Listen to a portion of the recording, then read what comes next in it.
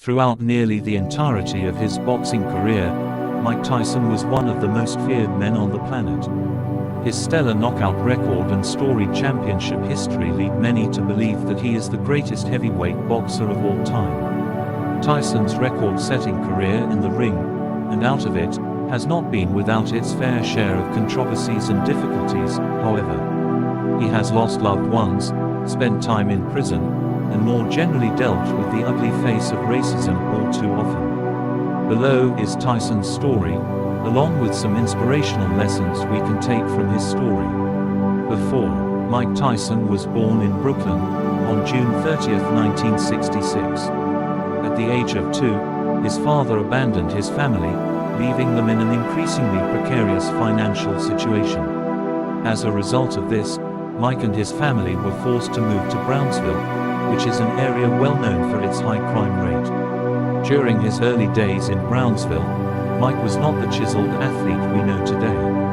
Rather, he was much smaller and had a nervous disposition to boot. Mike knew that in this concrete jungle, he had to adapt. Therefore, Mike developed a unique style of street fighting. Even though he only did so to avoid harassment, it landed him in more trouble than he bargained for. Mike became involved with gangs at a very young age. By the time he was only 13, he had been arrested 30 times. Eventually, his behavior saw him end up in a reformatory school. Based on the trajectory of his life at this point, Mike's meeting with his counselor Bob Stewart must have felt like meeting a patron saint. Bob saw the raw power and energy that Tyson had. He wanted him to channel it correctly. When he eventually agreed to train Mike, he did so only under the agreement that Mike would stay out of trouble and put more effort into his studies. Mike agreed and began to make strides. Although he was initially classified as having a learning disability, Mike brought his reading ability up significantly in a short space of time. He became insatiable when it came to boxing.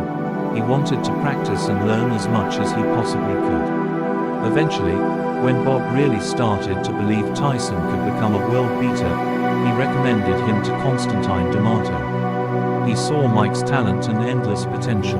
He set very difficult training schedules for the young man, who was as young as 14 at the time. As well as this, he was put up against boxers much older than him. Sadly, Tyson's positive trajectory in life did not last all too long. Just when he was beginning to enjoy his regimented but strenuous existence under the training of D'Amato, his mother passed away.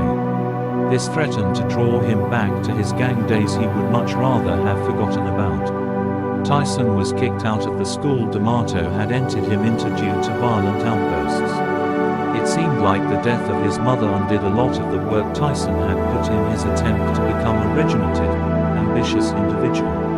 Although Mike eventually calmed himself and continued his studies, there were more setbacks to come. He began to train for the Olympic trials, but he hardly looked promising. He even lost, which seems so far attached from the image most of us have in our heads of a young, hungry, determined Mike Tyson. D'Amato and Tyson agreed that it was time to take a different route. At the age of 18, Mike Tyson turned pro. After Mike Tyson's first professional fight ended in the first round, his quick fists and impressive defense for a man of his size was noted by many, earning him the nickname of Iron Mike Tyson. Tyson recorded countless knockout victories that year and was eyeing up a world heavyweight title fight. Although this sounds like a dream first year in the sport, it was not at all ideal for Mike. Sadly, D'Amato passed away that same year. An angry, confused teenager, Mike had already lost his mother and his surrogate father. Many expected the worst. D'Amato had given Mike a sense of purpose and gotten him to where he was. Was Tyson about to let it all go again like he nearly did when his mother passed? Although Mike was never the same after the death of his surrogate father, he made sure he would not let this get in the way of his success. Tyson continued to fight and mustered up a 22-0 record. In November of 1986, the year after his professional debut, Iron Mike won the World Heavyweight Championship after knocking out Trevor Berbick in the second round. He made many storied defenses of his title after this bout and generally goes down as one of, if not the, greatest heavyweight boxer of all time. Key lessons for inspiration. Mike Tyson had an incredibly tough upbringing. Some of the things that happened to him would crush anyone's spirit to the point of deep depression. However, his ability to overcome these hardships are a testament to his grit and determination. Below are some of the lessons we can take from Iron Mike. 1. Make them proud. Beyond the obvious, one of the main reasons Mike was so despondent about his mother's death is that she had never seen him do anything good with his life. She had only known him as a thug and a criminal. This pained Mike intensely.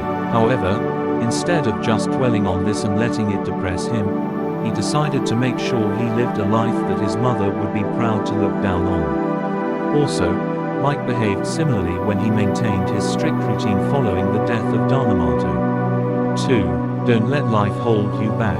On numerous occasions, Mike seemed to be at an unconquerable disadvantage. We saw that Mike was a very nervous young man, but he managed to change himself for the better mostly, and not simply accept the hand that he was dealt in life. Conclusion. Iron Mike Tyson should show us all that life might not always be a walk in the park, but we have to work around it and channel our emotions correctly to be able to make our dreams realities.